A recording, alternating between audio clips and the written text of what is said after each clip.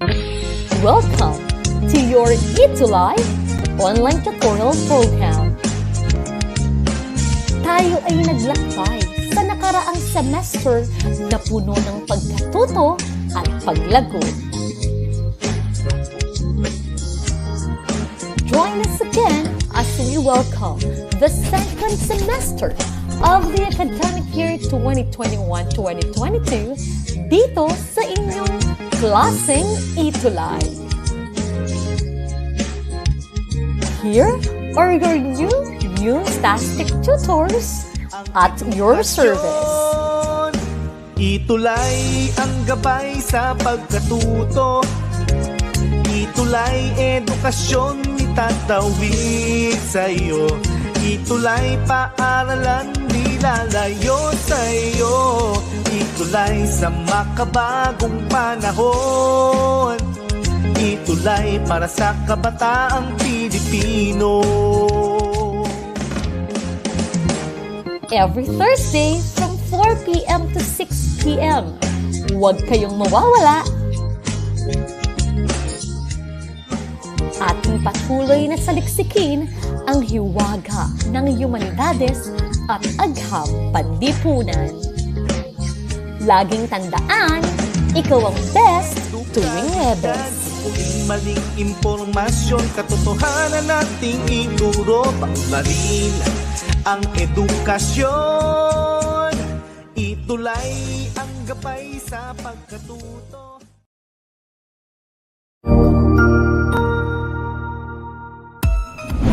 Mabuhay! Good day to all! I am your tutor Madge. Welcome to ETUlay, a free online tutorial, an initiative of the Department of Education, Information and Communications Technology Service, Educational Technology Unit, ICTS EdTech. This program is aimed at helping and assisting learners from kindergarten, senior high school, ALS, Alive and SPED learners. Aside from answering the modules, the ETUlay is offering programs which you will surely look forward to. Together with our parents and teachers, the ETUlay will bridge the gaps where difficulty and ease meet in learning new knowledge and skills. So, let us prepare our modules, pen and paper. Ready your mind to see and hear worthwhile and interesting lessons. Let us now study and learn, together with our volunteer online tutors. Tara na!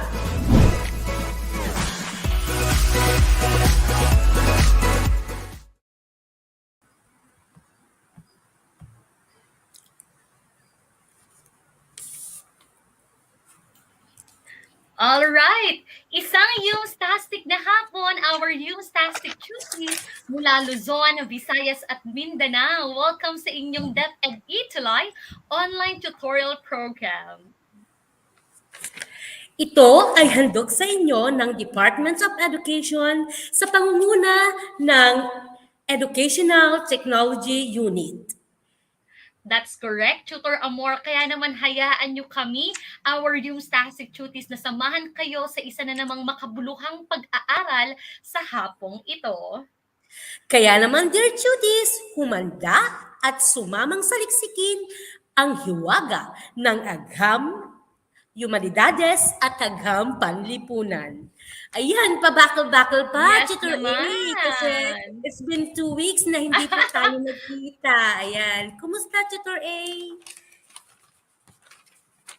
Correct, Tutor Amor. I'm doing great. I am safe and sound, and I hope ganun ka din, Tutor Amor, lalo tigit sa lahat sa mga magulang, sa mga guro, at sa mga kapwa natin, at sa kanilang sa mga estudyante na kasama natin ngayon. And of course, binabati din natin ang director na ating kasama ngayon, si Ma'am Joyce Salazar. Maraming pong salamat, Direct, sa pagsama sa amin sa hapong ito. And I believe, Tutor Amor, we are all excited for this afternoon. Tama ba yun? Yes, Tutor A. Yes, Tutor A.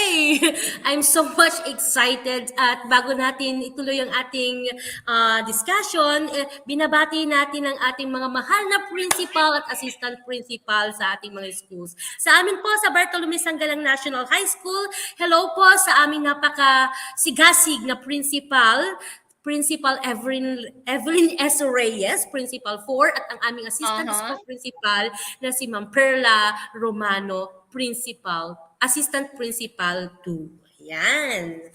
At ganun din naman sa aming School Principal 4, Sir Pablito Manyalong, and Assistant School Principal 2, Ma'am Rizalyn B. Corpus mula sa Aliaga National High School, at sa lahat ng mga guro at mag-aaral na kasama nating nanonood mula sa SD o Nueva Ecija, at sa lahat nga ng mga tutis natin mula Luzon, Visayas, and Mindanao. Tutor Amor, I know na ngayon ay marami tayong mga bagay na pag-uusapan, but then nitong mga nakaraang linggo, biruin mo, ang dami na nating mga lesson na na-discuss dito sa community engagement, solidarity, and citizenship. At andito na nga tayo sa week 4, quarter 3. Imagine, we are already half through of the quarter.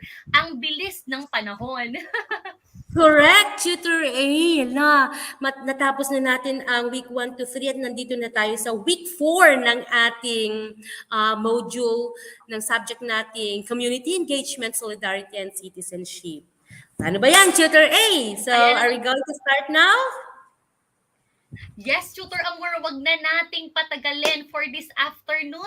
Our Cumstastic duties, we will be talking about typologies in the community. But then, of course, Tutor Amor, wag nilang kakalimutan na samahan tayo tuwing araw ng Webes. Anong oras po tayo mapapanood? Ayan, thank you, Tutor A. Tuwing araw ng Webes, every 4 to 4:40 p.m. And of course, kasama ko dyan ang aking nag-iisang partner na si Tutor A from SDO Nueva Ecija also. Ayan, napaka-excited kung makasama si Ma'am Shing ngayon. Ayan, for today, para i-continue natin ang ating, bago tayo mag-proceed sa topic, let us do first a recap of the previous session na last week nga ay si Tutor A ang inyong nakasama.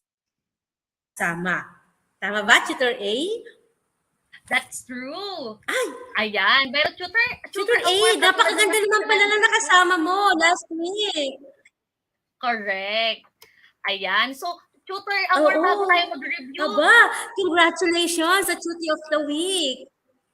That's true. I-congratulate muna natin ang ating Tutor of the Week na nakaraang paggagawa natin ng ating episode ay talaga namang sumubaybay sa bawat parte ng ating pinag-usapan last week. And of course, we would like to congratulate our Tutor of the Week, none other than Chelsea May M. Bigiras mula sa Aurora Senior High School, SDO Nueva Ecija. Isang grade 11 student mula sa ABM, and I already interviewed her. Sabi kong ganun nanonood, kahit na ikaw ay isang ABM, nanonood ka dito sa YUMS program. Ang sabi niya, marami daw siyang natututunan at gusto pa niyang mas lumawak ang kanyang kaalaman dahil naniniwala siya na wala naman talagang sayang sa pagkatuto. At dahil dyan, congratulations Chelsea, at inaasahan namin na sa bawat episode dito sa ating DepEd ETUlay YUMS program ay makasama ka pa namin. Congratulations! Yan. Congratulations again, Miss Chelsea May. Okay, so tara na, Tutor A, sa ating review ng mga session natin last week na talaga namang napakahusay mong ipinaintindi at ipinarating sa ating mga learners or sa ating mga tutees. So let's start. Alright, so basahin muna natin ang basahin ko muna yung direction. Malito ang ating mga tutees. The direction says, carefully read the following statements, comment the smiley if the statement is correct, and the sad face if not. Ayan. So let's proceed, Tutor A. Let's begin with item number 1. And I know that you are already tutees. The first item, symbols and languages are the shared words, gestures, objects, or signals which people in community use to convey and develop recognizable meanings. What do you think is the correct answer? Is it smiley or sad face? If you know the answer, please comment down below your answer. Come on, tutees! Ayan. Come on, tutees! So, habang naantay natin, Tutor Amor, ang mga sumasagot. Kaya niyan.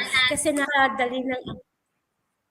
ang mga pagbati na makikita Ayan. natin dito sa ating mga naka-online na mga cuties and for sure teachers, no? Andiyan si Tutor Moltor Jamsay. Hello po, Tutor A and Tutor Amor. Magandang araw po. Watching here at Aliaga Oo, National High forever School. follower Hello, natin. Tutor Moltor. At ganun din naman si Sai Jean de la Cruz Catalan, watching here at Bartolome Sanggalang National High School. Grade 12 student, 12 Rona May. Yes. Nako, estudyante mo to, Tama. Tutor Amor, no? Correct, Tutor A. So sinabihan ko sila na kailangan magsubaybay sila or sumubaybay sila sa ating mga episodes kasi subject nila ito ngayon at napakarami nilang makukuha aside from the lectures na ginagawa natin or gagawin natin. Okay? So meron na kayang mga sumagot? I think si Tutor Melchor gusto niyang sumagot. Yes, correct. Sila kaya si Tutor Melchor? Okay, so malamang na naghihintay pa lang din tayo na maka-enter yung ating mga cuties. Pero ang answer po sa ating question number 1 is, ano kaya sa tingin natin, Tutor A? It Answeran is na natin? Smiley. It is Smiley, of Ayan. course. So, Ayan, so correct si Tutor Melchor at saka si Sai Jean de la Cruz. Very good, Sai correct. Jean and Tutor M. Thank you. All right, Okay, next, so Tutor in our Amor. question number 2, item number 2, sorry. Artifacts are any objects or things that have a special meaning for people in the community. Tama kaya ito? Kung tama, i-comment lang ang smiley face. At kung hindi naman, i-comment lang ang inyong sad face. Ayan. So alam ko Alright. masasagot nila ito ng tama, Tutor A. Ano ba sabi ni That's Tutor true. Jamsay? Ang sabi ni Tutor Jamsay, tadan! It's smiley. Yes, artifacts are any objects or things that have a special meaning for the people in our community. So let's go in our item number 3, Tutor A. Item number 3, rituals or abstract standard in a community that define the ideal principles of what is good, just, and desirable. It is correct or incorrect. If it's correct, put smiley face, and if it's not, put a sad face. Ayan. So, habang inaantay natin ang inyong mga sagot, of course, binabati natin sila Dania Marie Ramilo, si Giselle Aileen Mamaklay, andyan din si Maria Angela Gamboa Espino, and of course, ang ever supportive na ating kasamang tutor, Tutor Edson. Hello, watching from Mawake. High School SDO Mabalacat City. Alright. Yes. Hello then, Dalisay Parcasio. So, Tutor Ayun. Amor, what is the correct answer? The correct is, tadan! Oh, It's sad face because it Yes. refers to what we call values. So, hindi ito rituals. Ito ay isang tinatawag natin na values. Item number Yes. 4, Tutor Amor. Number 4, at in connection to the question number 3 somehow. Ayan. Now, item number 4 is that rituals refers to the established sacred or secular procedures and ceremonies that people in the community regularly perform. Okay? Ito kaya ay smiley or ito ay sad face kaya, Tutor A? Ano kaya yung sinasabi ng aking mga student dito? Si Miss Mamaklay, ang sabi niya, Ayan. it's smiley. Tignan natin, Miss Mamaklay, kung mag-a-add ba ako ng iyong grade. Charos! Ang answer ay, yes, you're correct, Miss Giselle. The answer is smiley. So that is the correct meaning And of the word last- rituals. Yes, so ito po yung meaning ng word na ritual. Okay? And item number 5, last but not the least, Tutor A. Norms refer to specific cultural expectation on how to behave in a given situation. Is it incorrect or correct? Please comment down below the correct answer. Come on, chutis. Nako, talaga namang napaka-active nila Maria Angela, andyan din si Giselle Aileen, si Tutor M talaga namang very supportive. At andyan din si Saijin, si Tutor Edson. Ayan. Nako, sabi pa ni Tutor Edson, I love rituals. Meron siyang mga ritual. Yan lang yung ritual na gwapo, pang takinis ng Yes. kanyang face. Talaga namang always fresh si Tutor Edson. Ngayon, ano kaya ang sagot sa item number 5? I-reveal na natin yan, Tutor Amor. Okay, the answer is smiley. Ayan. So, sa lahat ng mga Correct. nag-participate, congratulations because you've learned a lot from the past or from the previous session discussed by Tutor A. So, to continue with our session, let's proceed into the objectives. Tutor A, at the end of this episode, the tutees should be able to first identify the typologies in the communities.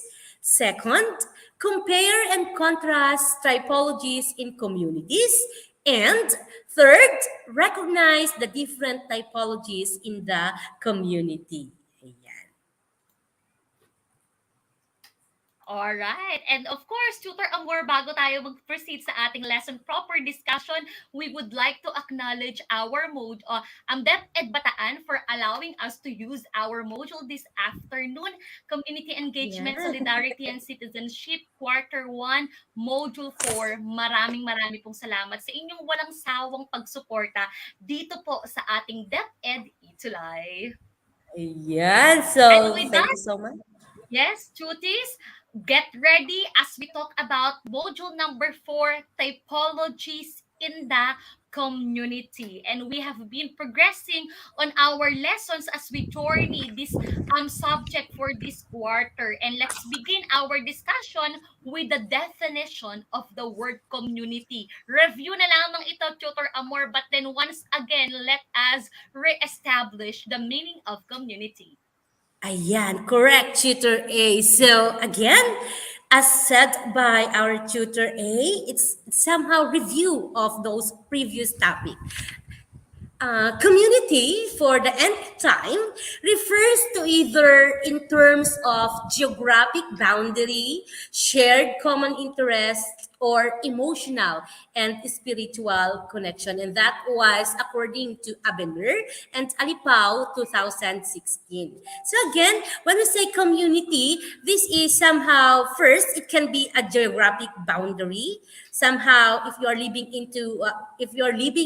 in a municipality, halimbawa municipality of Gimba, your community is in the municipality of Gimba, or it can be community na share na define natin into because you are sharing common interests. Halimbawa, you are in community of Agham Panlipunan, ayan, community of science and technology people, ayan, and it can be defined as any people who have same emotional or have emotional and spiritual connection. Pwede nating sabihin na ang mga taong ito na nandito sa part ito ay community na belong sa Iglesia ni Cristo, community na belong sa Catholic, community na belong sa iba't ibang religion. And the rest. And somehow, the second definition also says that it comes in different types depending on the quality of human association, the scope of its geographical boundaries, functions of subdivisions, and avenues of social interaction. So parang ganun lang din yung pagka-explain or pag-explain doon sa definition na nauna kanina. Kasi nabanggit din dito yung scope of geographical boundaries, functions and subdivisions, and even the avenues of social interaction. Say, for example, you belong to same community if you are having the same religion, having the same things na ginagawa, and the rest. Okay, so I think that's the idea and the definition of the word community. So with that, Tutor Amor, we are now going to talk about the ideal types of this what we call social organizations, which are elaborated by this whom we call a German sociologist namely Ferdinand Tönnies in his influential work, The Gemeinschaft and the Gesellschaft, in Yes. 1887, as we have this reference to community and society. Now let us try to differentiate the two ideal types of social community. So let's begin with Gemeinschaft. It is also called as communal society.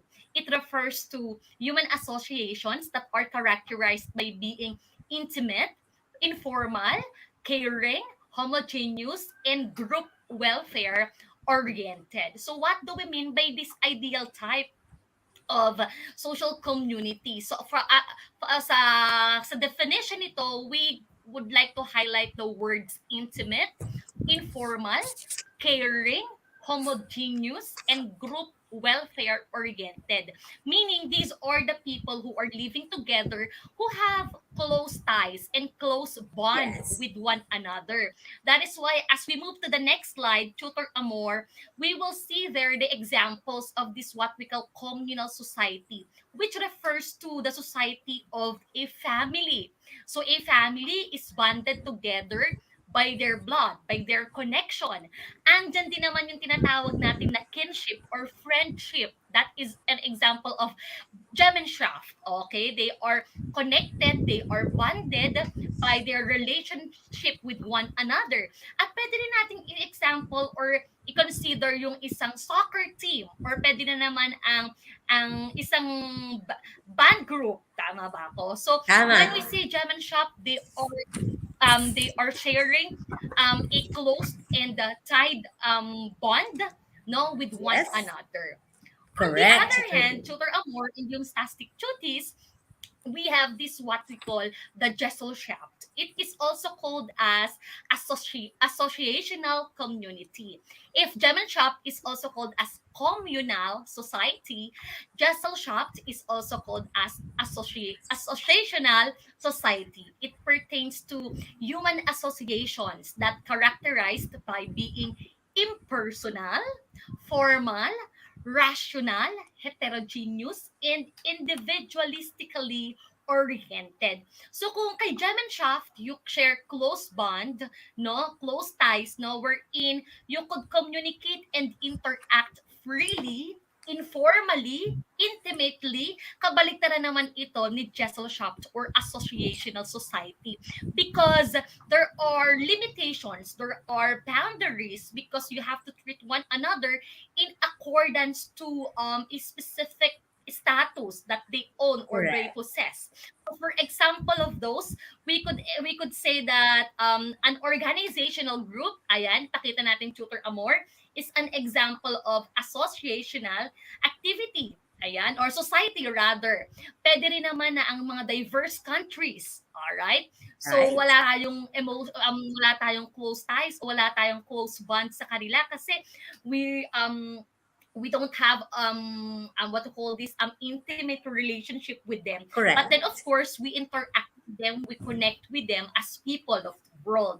So pwede rin Yes. naman ang mga clubs na ating sinasalihan. So those are the examples of Gesellschaft or the associational society. So with that, again, those are the two ideal types of what we call social community. Okay, so to continue And with that, with, Dr. with Amor, yes, Tutor A.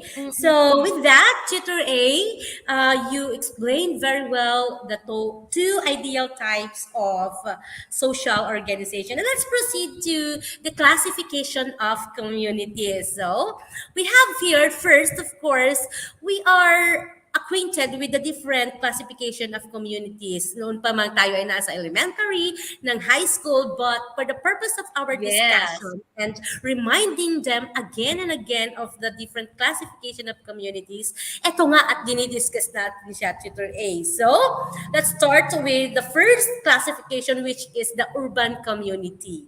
Ayan.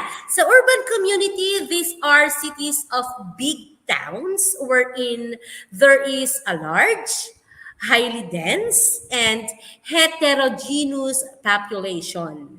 So, according to the definition, urban community is a city or somehow a place, a big town wherein it is large, malakihan or malaki, highly dense, which is maraming taong nakatira, maraming taong nakikipagsalamuha sa isa't isa, and those people are somehow heterogeneous in character. When I say heterogeneous, sila ay merong iba't ibang pinanggalingan, maaring iba't ibang lugar, meron silang mga iba't ibang paniniwala, may iba't ibang katayuan sa buhay, at yun nga ay yung definition sa second bullet. The class status of people is varied, ranging from very rich down to the very poor. So sa makatwid, ang tinatawag nating urban community or urban communities ay yung lugar na kung saan congested, maraming tao, iba't iba ang pinanggalingan ng mga taong ito, at hindi natin masasabing sila ay may iisang estado sa buhay sapagkat ang mga taong nakatira dito ay heterogeneous. Okay? Pwedeng sila ay galing sa mahirap na pamilya or pwedeng sila ay galing sa mayaman na angkan na or mayaman na pamilya. And aside from that, sa city, dito yung pinakamaraming mga work na pwedeng pasukan ng isang tao. That is why congested dito, isa sa mga rason is that nagpupuntahan ang mga tao dito sa city or sa urban sapagkat dito nila nakikita na magiging progressive or magkakaroon sila ng hanap buhay or trabaho, sila dito ay mabubuhay o kaya ay magkakaroon ng pinakasilbi sa society, sa madalit sabi. And how about the second classification of community, Tutor A? We have the rural communities. So these are territorial areas or villages where there is a small, low density and homogeneous population. The division of labor is based on agricultural or aquatic industries supported by farming and fishery infrastructure. So if you can see, it is the opposite of urban communities. If in urban communities there are lots of bigger buildings, noises coming from the different factories na makikita natin, it is crowded and there are lots of heterogeneous people. Sa rural communities naman, ito yung barangay na ating kinabibilangan, ang ating bayan na kung saan madami ang kalupaan, na kung saan madami ang palayan, madami ang taniman ng kamote, ng mani, ng sitamas at madami pang iba. If you can see, the people living in rural communities are considered as homogeneous population. Why? Yes. Because they are sharing the same culture, they are sharing the same traditions, the same practices that they have in their community, and the main source of their income are basically the agriculture, the aquatic industries, andyan yung farming, and then the fishery infrastructure. At madalas natin itong naririnig, lalo tigit sa lahat sa mga taga Maynila, no, na iba daw ang pagkasariwa ng hangin sa ating probinsya. Okay, malaki ang pagkakaiba ng kalinisan ng hangin sa syudad kumpara sa isang rural na bayan o sa isang barangay o sa isang baryo. And with that, nakikita natin the big difference between rural and urban communities. Tanungin natin, Tutor Amor, ang ating mga tutis. Sino dito ang mas gusto nilang tumira sa urban communities? Sino naman dito ang gusto tumira sa rural communities? Ayan, tinan mo nga, Tutor Amor, sabi ganun ni Tutor Melchor, diversify na po ang tao sa urban place. That's correct. Iba't ibang klase ng tao. At ang komunidad din po ay tumutukoy sa ating lipunan. Ako, si Tutor M, parang siya yung magiging natin, Tutor of the Week next week, ano? Tama. Siya na, okay. How about doon sa ating rural community? Dagdag natin, sa rural community natin, sa mga baryo-baryo natin, na kapag nga may ibang tao na dumadating doon, alam natin na hindi taga doon yun kasi lahat halos ay magkakakilala from puno hanggang sa That's pinakahuling true. purok ng isang barangay. So, yes. So, Kaya nga, Tutor Amor, sa totoong buhay, parang dyan ata madalas nagpupulong ang mga marites. Naku, nadulas yata Right. ako. Biro lamang po. Peace. Okay, so let's proceed in the third Yes. classification of community, Tutor A. So the third classification of community is the suburban community. Ayan. These are residential or mixed area located at the city, but outskirts or within the community distance of the city. So ito yung parang nasa gitna. Hindi siya wala siya sa city, wala siya sa urban, wala siya sa rural, pero siya ay nakagitna. Example nito ay yung mga nakatira sa mga housing subdivisions. Ayan. So most people work in the cities but others opt to work housing subdivision. Ayan. Sila yung mga nakatira sa mga villages na nag-work sila karaniwan sa city pero sila ay nakatira na malayo or medyo distance doon sa tinatawag nating urban. Ayan. Parang somehow susunod ito sa urban. Ayan. Suburban community. Ayan. So what's the next, Tutor A? All right. So now let's proceed to the range of community. After talking about the different classifications, it's time to talk about the range of community. And we have two, no, Tutor Amor? The first one Yes, is this Tutor. what we call the local community. So it is Yes. geographically bounded communities such as village, barangay, city, town, municipality, province, region, and country. Or in simplest word or in simplest definition, we could say that we refer to a group of people living together in a shared environment. So when we say local community, our keyword Correct. our keywords are people living in a shared environment. So any place na kung saan naninirahan ang mga tao sa kamukhang environment ay tinatawag natin Yes. na local community. So basically, naririnig natin itong ang panawagan na hanggang ngayon ay Correct. talaga namang dapat nating iakma sa ating pamumuhay na sinasabi nila, tangkilikin ang lokal, tangkilikin ang sariling Ang atin. sariling So, ang atin. ibig sabihin ay suportahan natin Yes. ang sariling atin, mahalin at tanggapin at yakapin ang sariling atin. Dahil pag sinabi nating lokal, ibig sabihin ito ay tumutukoy sa ating mga kababayan, sa ating mga kakapwa Filipino. Kaya naman, naniniwala Tama. ako, lalo tigit sa lahat sa mga kabataan na nanonood ngayon at sa ating mga mag-aaral, let's give worth, let's value more the local community, let us value and let us give worth sa kung ano man ang meron dito sa atin dahil madaming mga bagay na dapat tayong ika-proud sa pagiging lokal, no? Naalala ko nga, Tutor Tama. Amor, wala naman tong kilalaman sa pagiging racist, pero nung Yes. bata kasi ako, nanonood ako ng mga nature garden, alam mo ba, pinapangarap ko na makapangasawa ako ng ng isang binata na mula sa global Ibang lugar, community na ibang mamaya bansa. pag-uusapan natin. Oo. But then, as growing up, na-realize ko na kung iba pala ang lokal, iba pa rin kapag ikaw ay napaibig ng binatang Filipino. Pero ganun pa man din Tama. sa in general perspective to all of our Eustastic duties, tangkilikin, suportahan, at mahalin ang lokal. Ito ay ang sariling atin.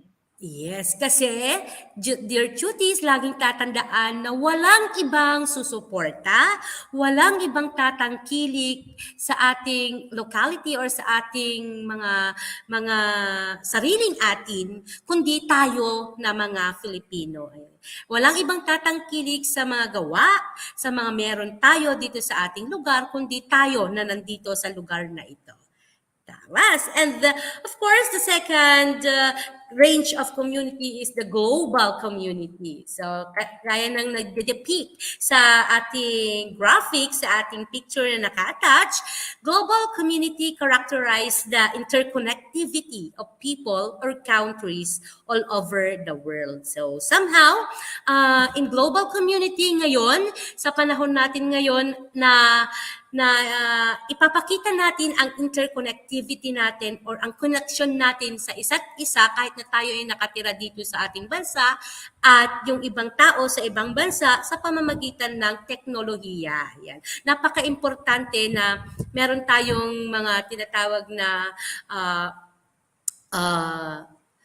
pamamaraan para tayo ay makipag-communicate, makipag-connect or magkaroon tayo ng connection sa ibang lahi, sa ibang tao na nakatira sa ibang bansa.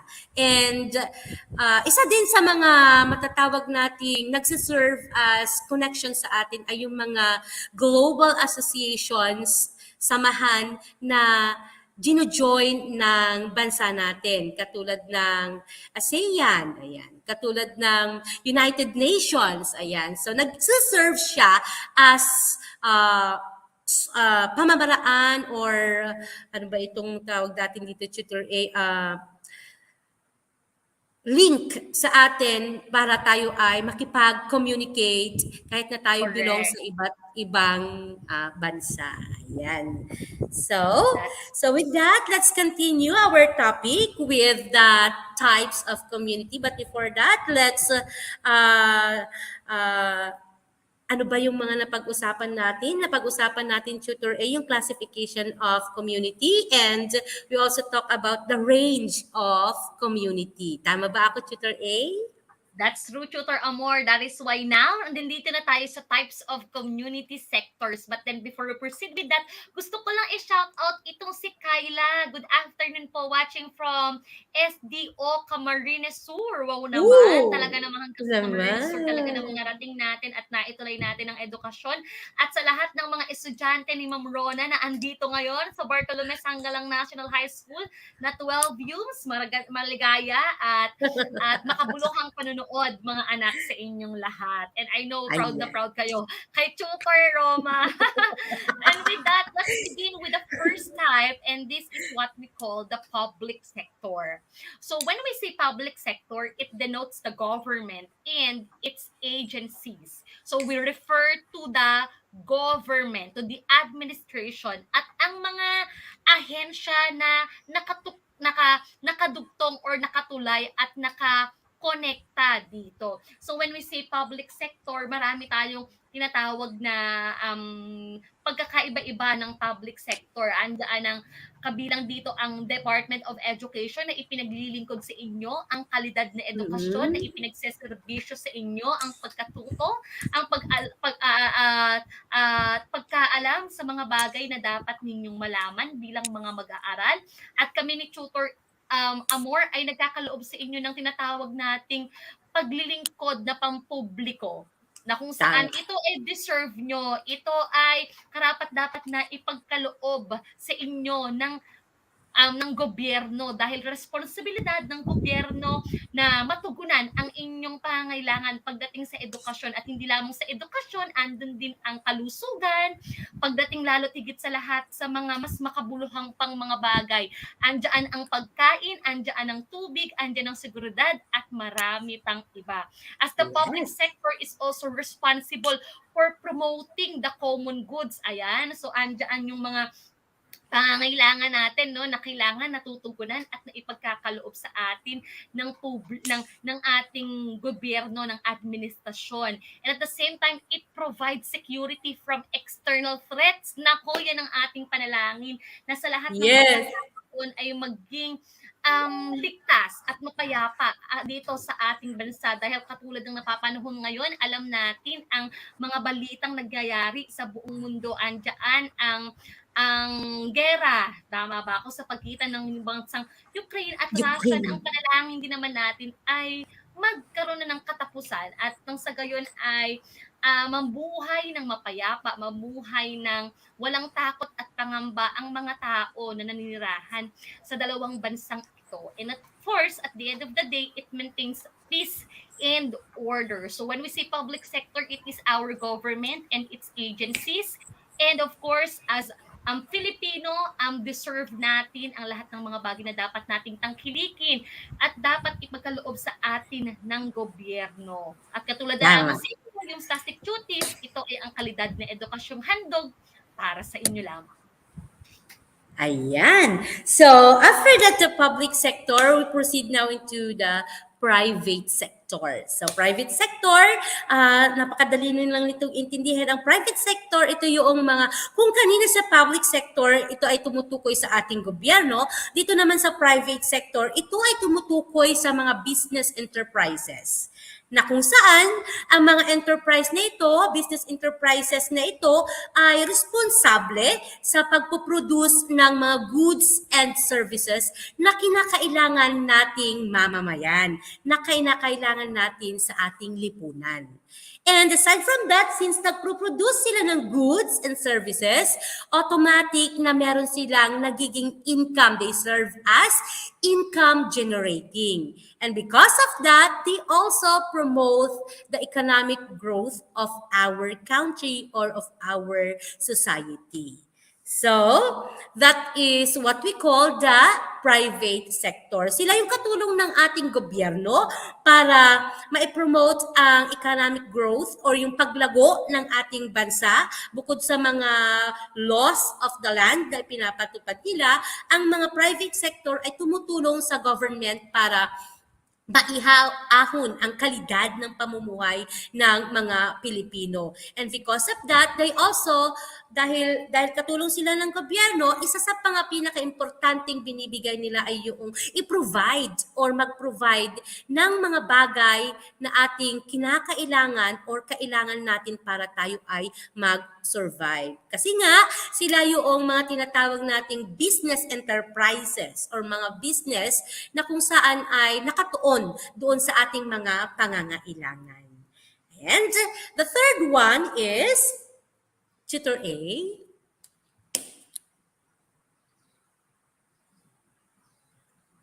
The next one is voluntary sector. So it is known as non-profit organization. It means that they are formed, no, they the voluntary sector is being created not just to earn profit but to aim I mean not to gain profit but then to fulfill the purpose of their organization, to implement the vision of the organization. So ito ay natayo hindi para kumita, hindi para for a business purpose, but then they have a certain vision, they have a certain purpose that they want to see in their community. And we also call it as civil society organizations. And at the same time, faith-based organization. So, ibig sabihin, sila ay nagpapatuloy, sila ay nagmi-mission, sila ay patuloy na naglilingkod sa bayan sa pamamagitan ng mga sarili nilang kakayahan, no? Kaya nga tinawag natin na voluntary sector. Hindi sila kumikita, hindi sila tumatanggap ng ano pa mga bagay para kumita ang sektor na ito, kundi ito ay tinatawag natin na non-profit organization. At ilan sa mga kilalang voluntary sector dito sa Pilipinas ay yung tinatawag natin na World Vision. Narinig niyo na ba yon? Ayan, di ba? Yes. And ay isang voluntary sector. Andyan din ang Gentle Hands. Okay, andyan din ang Haribon Foundation. Andyan din ang Philippine Animal Welfare Society. So these voluntary sectors possess a certain vision, a certain mission that they want to serve for their community, and we salute them dahil ang napakagaganda ng kanilang mga layunin at napakagaganda ng kanilang purpose na nais nilang ipaglingkod sa bawat komunidad. Tama. Okay. And the last but not the least is of course the benefit sector. The fourth existing type of community sector, sabi nila, ito yung naidagdag. So it is also known as for benefit corporations. It is a hybrid merger of the characteristic found in the private and public sectors. And according to the fourth sector network in the year of 2008, it integrates social and environmental aims with business approaches. So, karaniwan, ang mga tinatawag nating benefit sector, sila yung mga sector or parte ng lipunan na kung saan sila yung nabibigyan ng mga benepisyo na like for example, napaka gandang example nito ay yung 4Ps. Ayan. 4Ps na pinapatupad ng ating gobyerno, ng ating public sector, in which ang aim nila ay mabigyan ng pagkakakitaan or mabigyan ng kita, ng earnings ang public. Because sila nga yung tinatawag nating dapat nabigyan ng benefits. Ang combination nito ng tinatawag nating public sector na ang makikinabang ay mga tao sa lipunan or pribadong tao sa lipunan. And those are the four types of community sector in our country, or these are the four types of community sectors. Yan, medyo nabubulol-bulol ako kasi malapit na tayo sa time. Tutor A, nininervyos ako. Oh, Ano yes ba yung naman. next, Kaya Tutor A? sige. Correct. Now, let's proceed to this term, social space. So when we say social space, eupstatic duties, it is the various forms of spaces used by community in conducting social interaction. As we talk about typologies in community, we have this term, social space, that refers to the place that could either be geographically or virtually, wherein the community gather together to interact, where the community conducts social interaction, social connection with one another.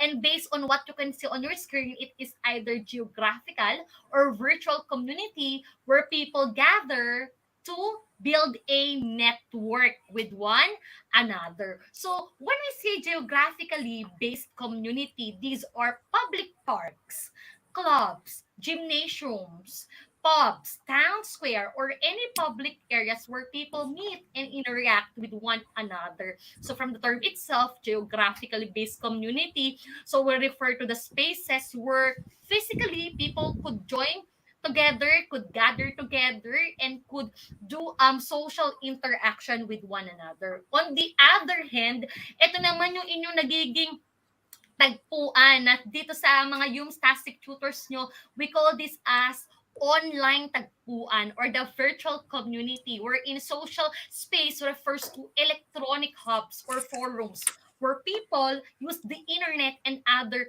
social media outlets or platforms as a channel of communication, interaction, and exchange of ideas. Due to the dynamics happening in the world, or this what we call changes, mas marami sa atin ang talagang mas nakita na posibleng ang virtual community ay talaga namang makagawa ng impact sa kanyang society, lalo tigit sa lahat sa panahon ngayon na apektado tayo ng pandemic na pinaniniwalaan natin darating din yung time na magiging endemic na ang COVID-19 dito sa ating bansa, ay nakita natin itong virtual community and the impact of this people sa kanilang komunidad. At naniniwala din tayo na bagamat tayo ay nalimitahan ng pagkikita-kita, nakatulong itong virtual platforms para maitawid ang ating edukasyon. At katulad ng ginagawa natin dito sa ETUlay, we could consider this as a virtual community wherein Tutor A and Tutor Amor teach you the concepts and theories in community engagement, at kayo naman ay very active sa pagpa-participate. So that is what we call the social space. And with that, Tutor Amor, we are done with the typologies of community, and it's about time for us to assess our duties kung meron nga ba silang naintindihan at naunawaan sa hapon ito. Okay. So, directions. Tama, Tutor A. At dahil napakasimple at napakadali naman talaga na intindihin ng ating subject, mani para sa kanila ang mga gagawin nating assessment. Tama ba ako, Tutor A? So for the direction, carefully read the following statements on classification of communities. You comment U if it is referring to urban, R to rural, and S to suburban. So let's proceed in item number 1. So it usually a large population, so it can be noisy. So ano kaya yung tinutukoy natin dito, Tutor A? Ayan, nagpa-pop Naku, up na agad na-splash yung nyo na ang answer. Hindi sagot. pa natin Nakita na nila. nakikita kung sino So sumasagot, it Tutor is A. Nabibigla. urban. Ayan.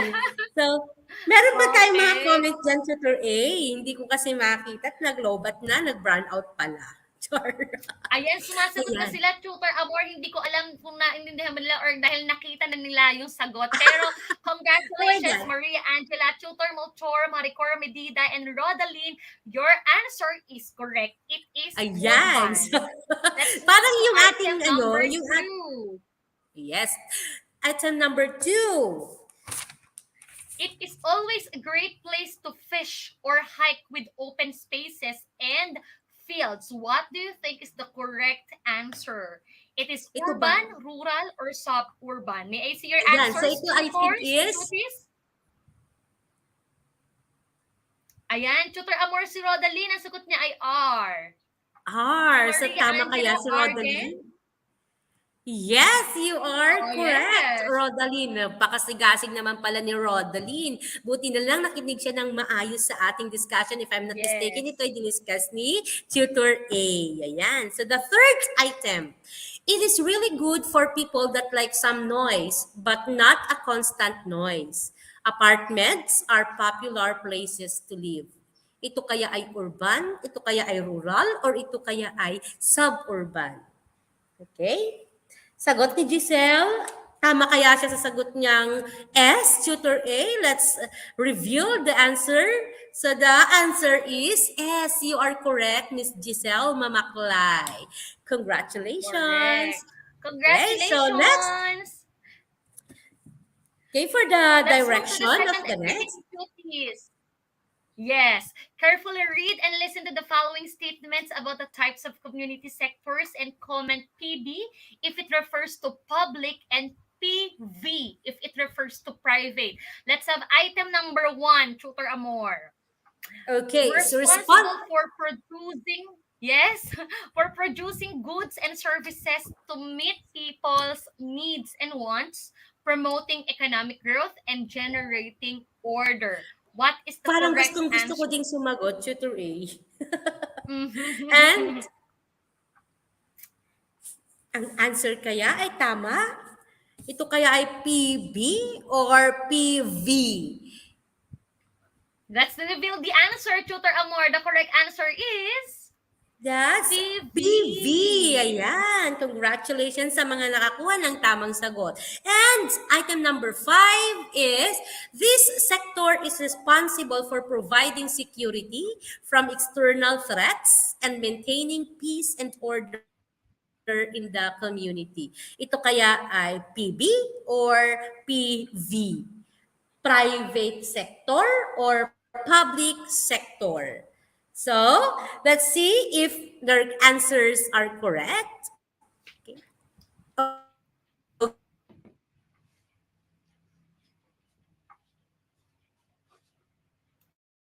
Thank you, Tutor Jamsay. At yan nga ang ating assessment for today's episode. Salamat at kayo ay nakinig. Sinamahan nyo kami na maitulay ang isa na namang episode ng ating subject na community engagement, solidarity, and citizenship. Congratulations to all of you, tuties! Yan. So if you do have Alright, so with concerns and that, yes, Tutor A. Talagang excited na tayong dalawang magsabay. Mamaya pa tayo magsasabay, Tutor A. yes, maraming salamat sa lahat ng mga nanood, sa lahat ng mga guro at mga estudyante na nakasama namin ngayon. If you have comments, suggestions, you may email us at edtech@deped.gov.ph. And of course, samahan nyo kaming mga Yumstastic tutors ninyo tuwing araw ng Webes mula alas 4 hanggang alas 5 ng gabi dito sa ating DepEd ETUlay online tutorial program. Once again, ako ang inyong tutor A from SDO Nueva Ecija na nagpapaalala ang kabataang makabayan ay dangal ng kanyang sambahayan.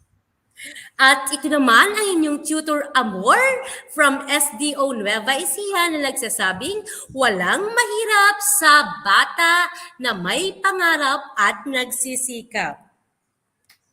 Up next, tuties, ay ang disciplinary ideas in applied social sciences at makakasama niyo dyan si Tutor G and si Tutor Reo. Magkita-kita tayo sa susunod na linggo dito lamang sa DepEd ETUlay online tutorial program. Maraming salamat at paalam! Paalam!